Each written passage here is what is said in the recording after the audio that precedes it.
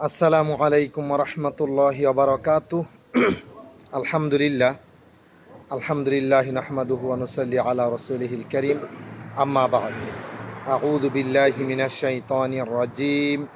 বিসমিল্লাহির রহমানির রহিম। ওয়া মা আতাকুমুর রাসূলু ফাখুযুহু ওয়া মা নাহাকুম আনহু ফান্তাহু। আলহামদুলিল্লাহ, আল্লাহ সুবহানাহু ওয়া তাআলার দরবারে লাখো কোটি শুকরিয়া আদায় করি এজন্য যে তিনি আজকে জুমার দিন, শুক্রবার, হাজারো প্রতিকূল পরিবেশের মধ্যেও আমাদের কয়েকজন গুটি কয়েক ভাইকে পবিত্র জুমার সালাত ফিনকান্তিয়েরি মার্গেরার শিপের মধ্যে আদায় করার তৌফিক দিয়েছেন। এজন্য আমরা সকলেই পড়ি আলহামদুলিল্লাহ।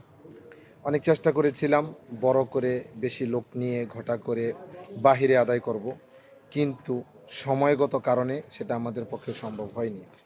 যাই হোক, আলহামদুলিল্লাহ, আজকে আমাদের জুমার খুতবার যে আলোচ্য বিষয়টি ছিল সেটি হচ্ছে আশুরা ই মুহররম, এর গুরুত্ব, তাৎপর্য ও ফজিলত।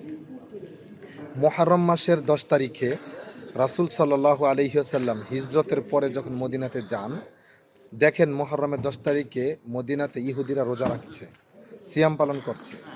তখন তিনি জিজ্ঞেস করলেন যে তোমরা কিসের সিয়াম পালন করছো? তখন তারা উত্তর দিল যে মুসা আলাইহিস সালাতু ওয়াস সালাম যে মুক্তি পেয়েছিলেন ফেরাউনের কবল থেকে, এটার জন্য শুকরিয়া আদায় করে তারা সিয়াম পালন করছে। তখন আল্লাহ রাসূল সাল্লাল্লাহু আলাইহি ওয়াসাল্লাম বললেন যে মুসা আলাইহিস সালামের প্রতি তার মুক্তির জন্য কৃতজ্ঞতা আদায়ের তোমাদের চেয়ে আমি বেশি হকদার। তাই তিনি সে বছর নিজেও সিয়াম রাখলেন এবং সাহাবীদেরকেও রাখতে বললেন।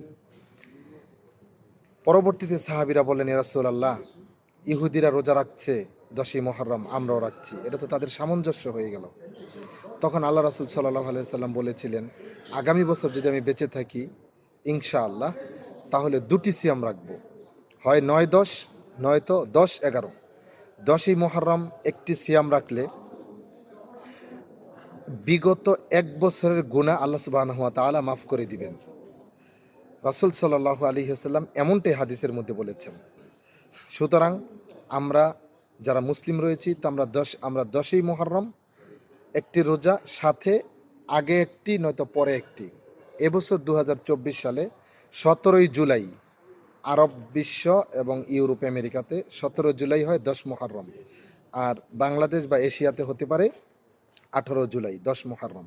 অতএব খেয়াল রাখবেন, এই 10 মুহররম ঠিক রেখে এর আগে একটা অথবা পরে একটা রোজা বাড়িয়ে আমরা 2টি রোজা রাখবো ইনশাআল্লাহ। আর আশুরা এ মুহররমের সিয়ামের ব্যাপারে বা এই মুহররমের ব্যাপারে যেটি ভুল ধারণা আমাদের সমাজে রয়েছে, সেটি হচ্ছে আমাদের সমাজে অনেকেই মনে করেন যে 10ই মুহররম সংগঠিত হয়েছিল কারবালায় হযরত হুসাইন রাদিয়াল্লাহু আনহুকে সপরিবারে হত্যা করেছিল জঘন্য পাপীরা। অতএব এটা আমাদের হৃদয় থেকে রক্ত ঝরে। হুসাইন রাদিয়াল্লাহু আনহু অবশ্যই আমাদেরই একজন, যিনি জান্নাতে আমাদের নেতৃত্ব দিবেন, আমাদের সর্দার হবেন, যুবকদের সর্দার হবেন। অতএব হুসাইন রাদিয়াল্লাহু আনহুর মর্যাদা ইসলামে মোটেও কম নয় এবং আমরা এটাকে খাটো করে দেখতে চাই না। কিন্তু 10ই মুহররম মানেই কারবালা, 10ই মুহররম মানেই হচ্ছে মিছিল মিটিং করা এবং নিজের শরীরের ক্ষতি করা, অঙ্গের ক্ষতি করা। এটা আসলেই একটি ভুল ধারণা। এই ভুল ধারণা থেকে আমাদের বেরিয়ে আসতে হবে।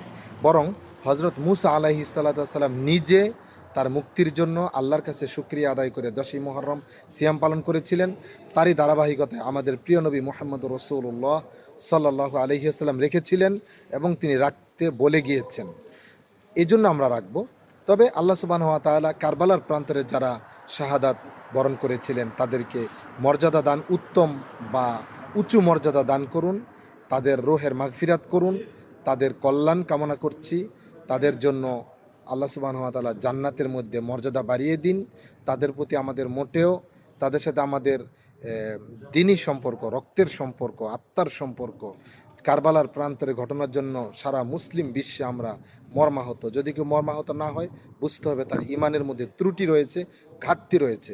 কিন্তু কোনো বেদাতি বা কোনো বিভ্রান্তকারী যাতে এই কারবালাকেই আশুরা হিসেবে, কারবালাকেই একমাত্র কারবালাকেই মুহররমের ঘটনা হিসেবে চালিয়ে না দেয়, এবং এইভাবে বললে যেন কেউ আমাদেরকে ভুল বুঝতে না পারে, এজন্য আমরা কারবালার প্রতি মোহাব্বত, কারবালার প্রতি দরদ, কারবালার শহীদদের জন্য দোয়া এবং হজরত মুসা আলাইহিস সালাতু ওয়াস সালামের মুক্তির জন্য যেভাবে নবীগণ, সাহাবীগণ সিয়াম পালন করেছিলেন, আমরা সেভাবে সিয়াম পালন করব।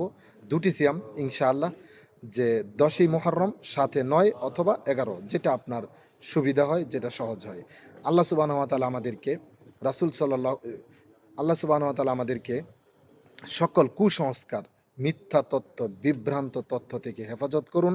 সকল বিভ্রান্তি এবং সকল অ্যা অপক অপকৌশল দিনের ভিতরে এগুলা এড়িয়ে সহিহ সুন্নাহ এবং আল্লাহ সুবহানাহু ওয়া তাআলার কোরআনের উপরে আমল করার তৌফিক দান করুন। আমরা বলি আমিন।